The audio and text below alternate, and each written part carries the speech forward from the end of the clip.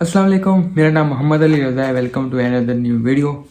इस वीडियो के अंदर मैं ऐसी लिस्ट लेकर आया हूँ जो लोग यूज्ड मोबाइल फ़ोन मार्केट से लेने से घबराते हैं, उन लोगों के लिए स्पेशली तौर पे ये लिस्ट मैंने तैयार किया है, जिसके अंदर one by one step by step मैंने सारा कुछ बताया है। आप जब भी यूज मोबाइल फ़ोन लेने के लिए जाएं तो इन स्टेप्स को फॉलो करें। एंड इस बात की मेरी श्योरिटी है, अगर आप इन स्टेप्स को फॉलो करते हैं और आपका मोबाइल फ़ोन सारे डिपार्टमेंट में पास हो जाता है तो वो आपके लिए बेस्ट स्मार्टफोन है। तो वीडियो को शुरू करते हैं टाइम वेस्ट किए बगैर। मैंने यहाँ पे एक मोबाइल फ़ोन पकड़ लिया है। मैं इस पे आपको फिजिकली एक्सपेरिमेंट करके बताऊंगा कि भाई क्या क्या ऐसी चीज़ें जो कि आपको टेस्ट करनी चाहिए।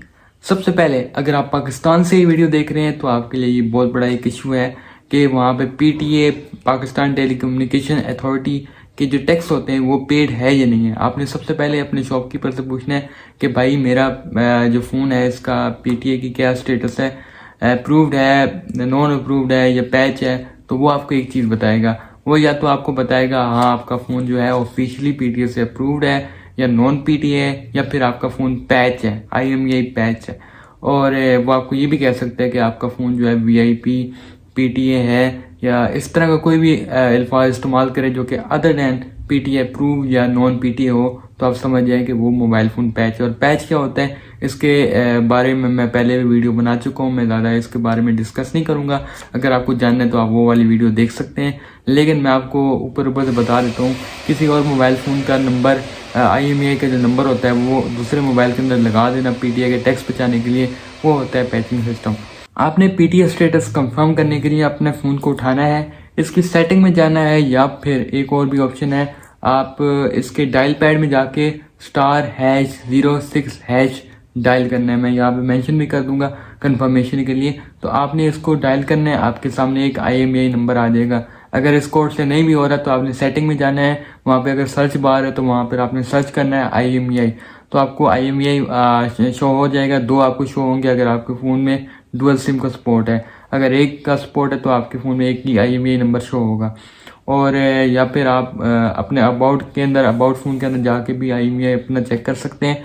आपने उस IMEI को लेकर एक एप्लीकेशन होती है PTA की ही है ऑफिशियल, आपने वहाँ पे जाके पुट करना है। आप ऑनलाइन भी इसको चेक कर सकते हैं या एप्लीकेशन के थ्रू भी आप चेक कर सकते हैं। वहाँ पर आपको साफ साफ नज़र आ जाएगा कि आपका फ़ोन PTA से अप्रूव्ड है या नहीं है। अगर आपके फ़ोन का जो एग्जैक्ट नेम है वो वहाँ पर शो हो, जिस तरह वहाँ पर आप IMEI वहाँ पे पुट करते हैं एप्लीकेशन में जाके, तो वो आपको बताते हैं कि भाई आपकी ये वाली डिवाइस का नेम है, ये PTA से रजिस्टर्ड है या नहीं है।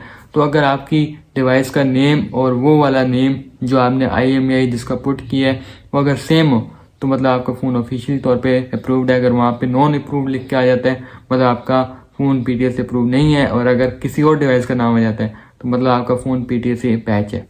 दूसरा स्टेप जो है वो हमारे पास आ जाता है कि भाई आपने अपने फ़ोन के कैमरास को चेक कर लेना है।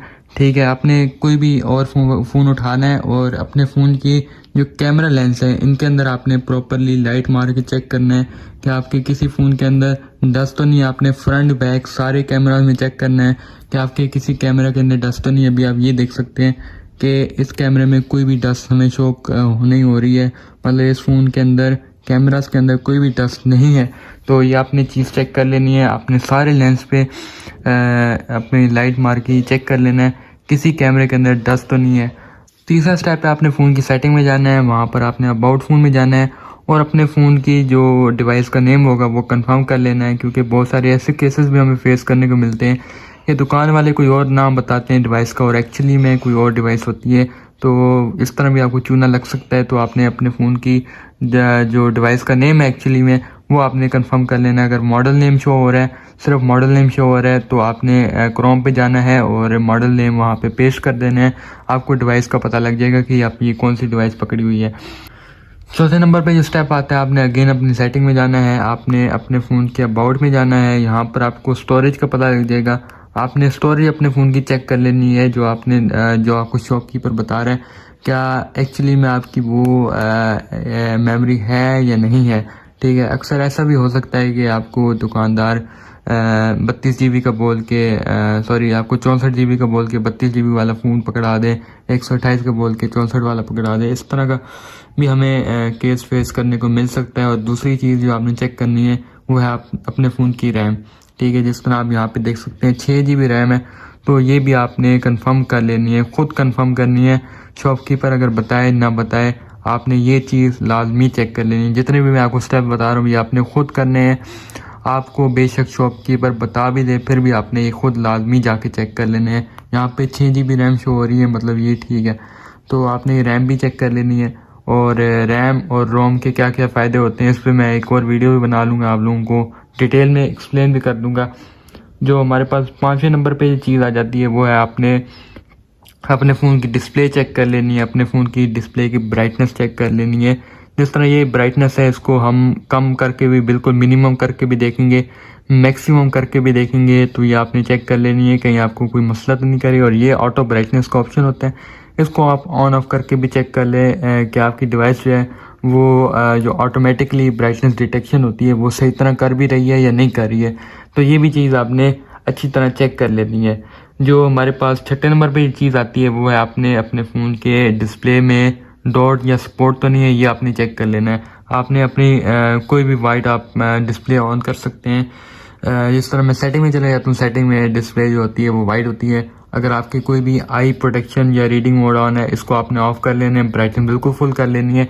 यहाँ पर आपको एक क्लियरली स्क्रीन नज़र आ रही होगी, आपने 1 बाय 1 करके पूरी स्क्रीन को देखना है कहीं आपके फ़ोन के अंदर, स्क्रीन के अंदर कोई डॉट या कोई छोटा सा नुक्ता या कहीं पर भी छोटा सा स्पॉट तो नहीं है।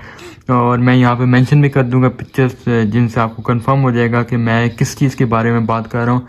तो वो आपने प्रॉपरली चेक कर लेना है। डॉट तो बहुत रेयर केस में होता है, और डॉट अगर हो भी सही तो आपको नज़र आ जाता है, बट फ़ोन्स में स्पॉट बहुत ज़्यादा होता है, स्क्रीन थोड़ी सी प्रेस होती है या कोई भी इशू हो सकता है तो आपके फ़ोन के अंदर स्पॉट बन जाता है। तो वो बहुत सारी चीज़ें हमें बहुत ज़्यादा जगह पे हमें कॉमन नज़र आता है, तो आपने वो लाजमी चेक कर लेनी है। इनसे मोबाइल फ़ोन की जो है प्राइस गिर सकती है, तो ये आपने लाजमी चेक कर लेनी है।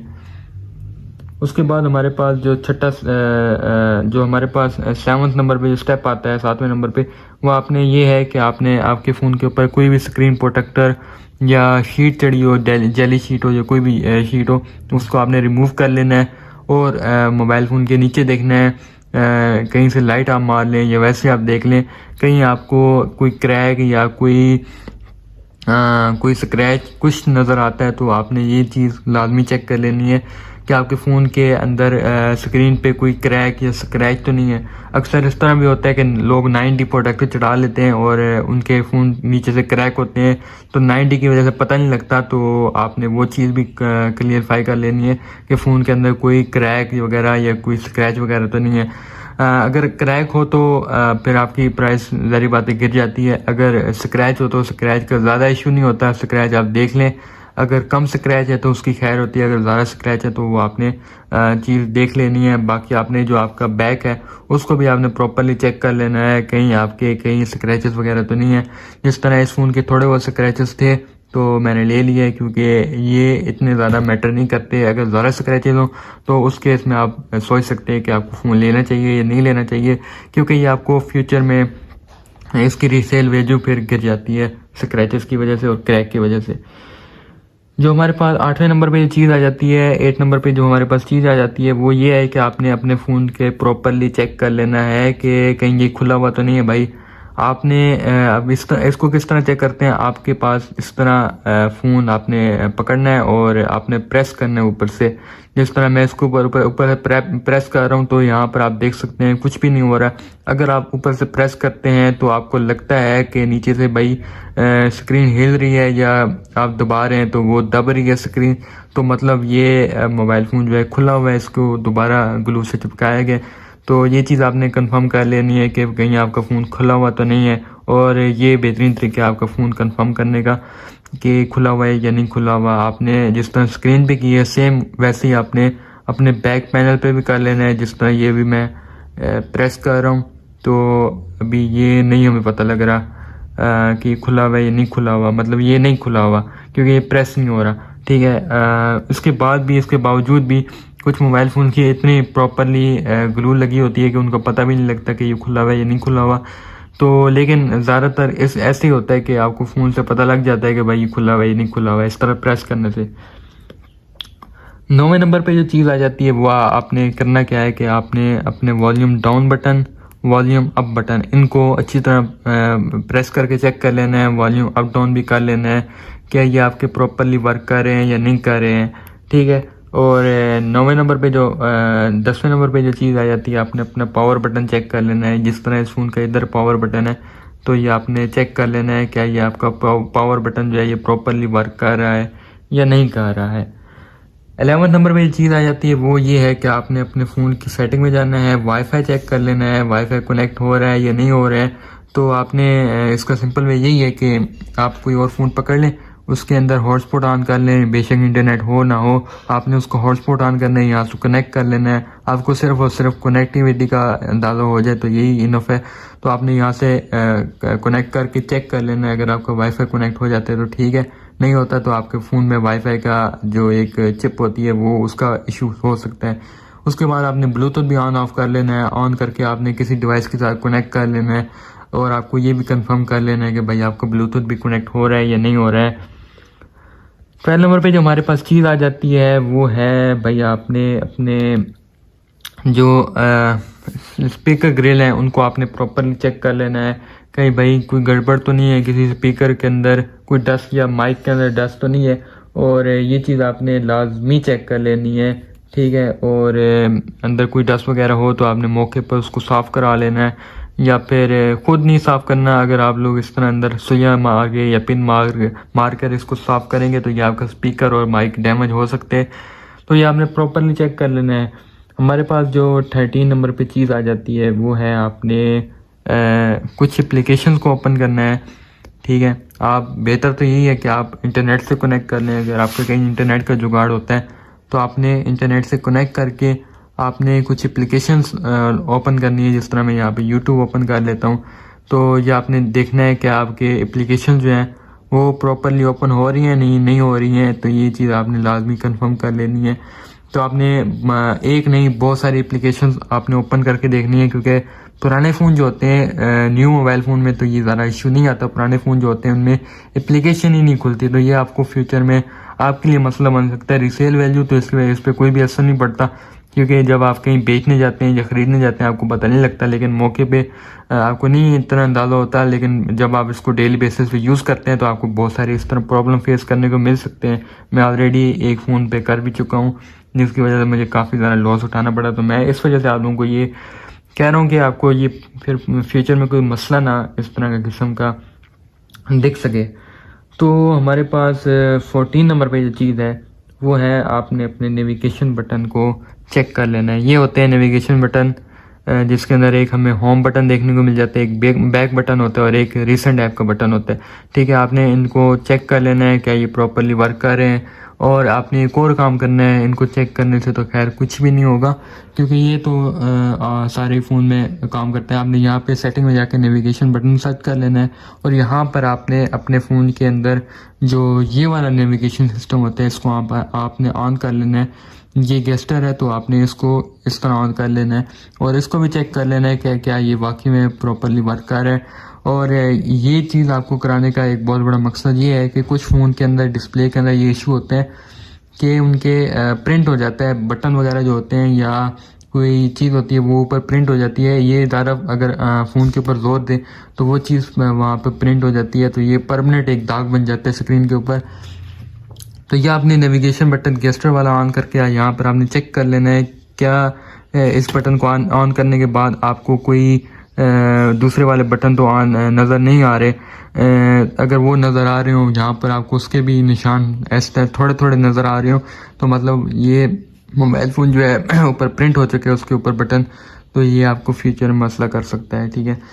इसके बाद कोई भी एप्लीकेशन होती है उसका भी लोगो ऊपर प्रिंट हो जाता है, तो ये मैं यहाँ पर अगर पॉसिबल होगा तो ऊपर मैं एक तस्वीर भी चिपका दूंगा, आपको एग्जैक्ट पता लग जाएगा भाई मैं क्या कहना चाह रहा हूँ। तो ये चीज़ आपने लाजमी चेक कर लेनी है, क्योंकि अक्सर हमें इस तरह के केसेस भी देखने को मिल जाते हैं कि कोई ऊपर चीज़ प्रिंट हो जाती है। 15 नंबर पे जो हमारे पास चीज़ है वो ये है कि डिस्प्ले और कैमरे को बार बार चेक कर लेना है, कहीं कोई शेड कोई डॉट कुछ तो नहीं है।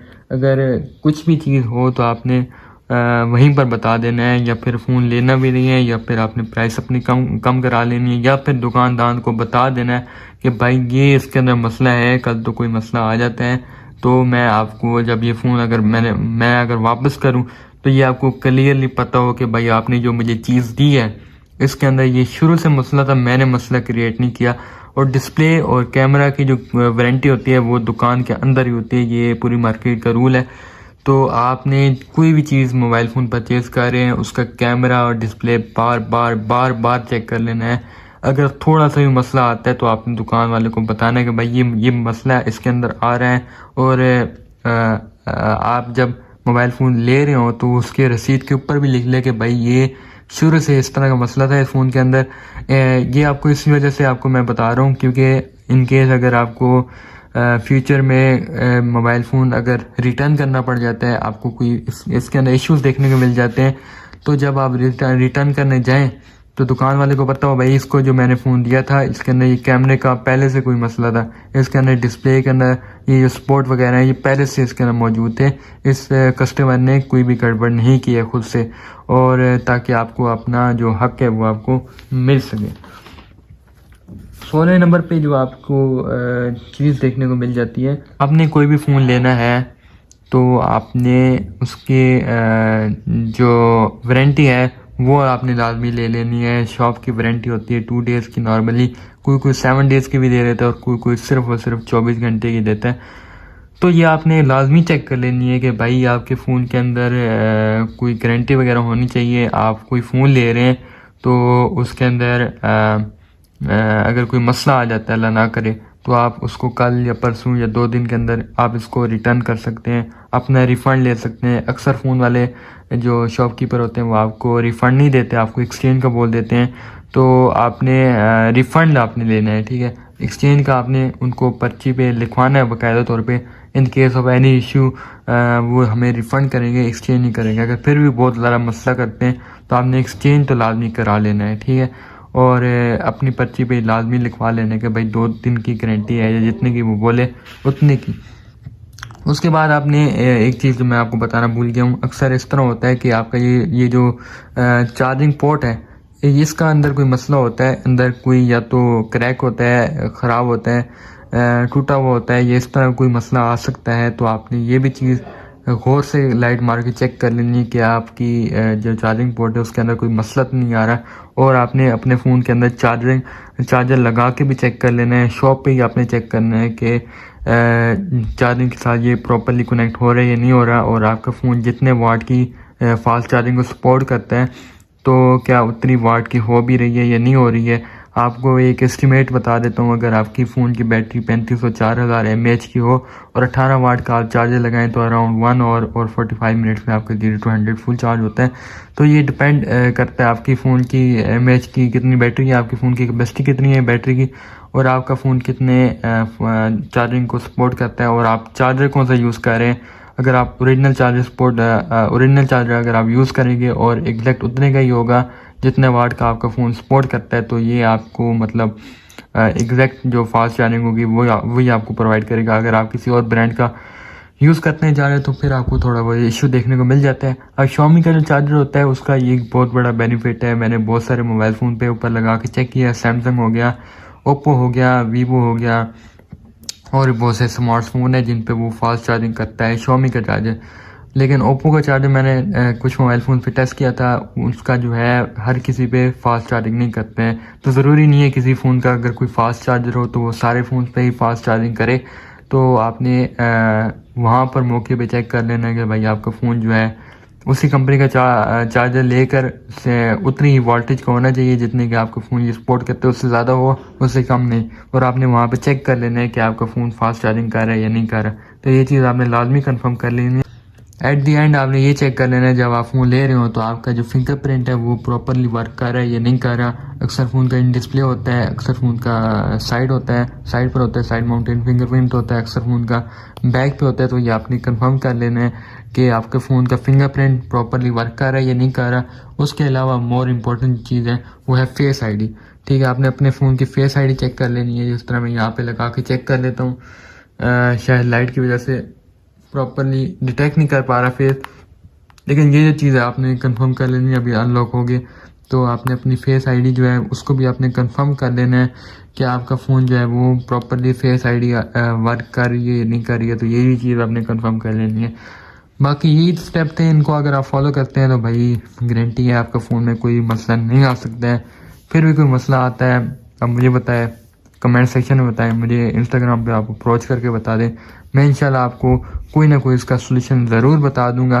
तो thanks for watching this video. अगर आपको वीडियो पसंद आई लाइक ज़रूर कर देना, नया वो चैनल पे तो सब्सक्राइब ज़रूर कर देना और अपने दोस्तों के साथ ये वीडियो लाजमी शेयर करें ताकि किसी को भी कोई किसी किस्म का कोई मसला ना आए, स्पेशली जब वो यूज़ मोबाइल फ़ोन लेने के लिए जा रहे हो तो किसी किस्म का कोई भी मसला उनको फेस करने को ना मिले।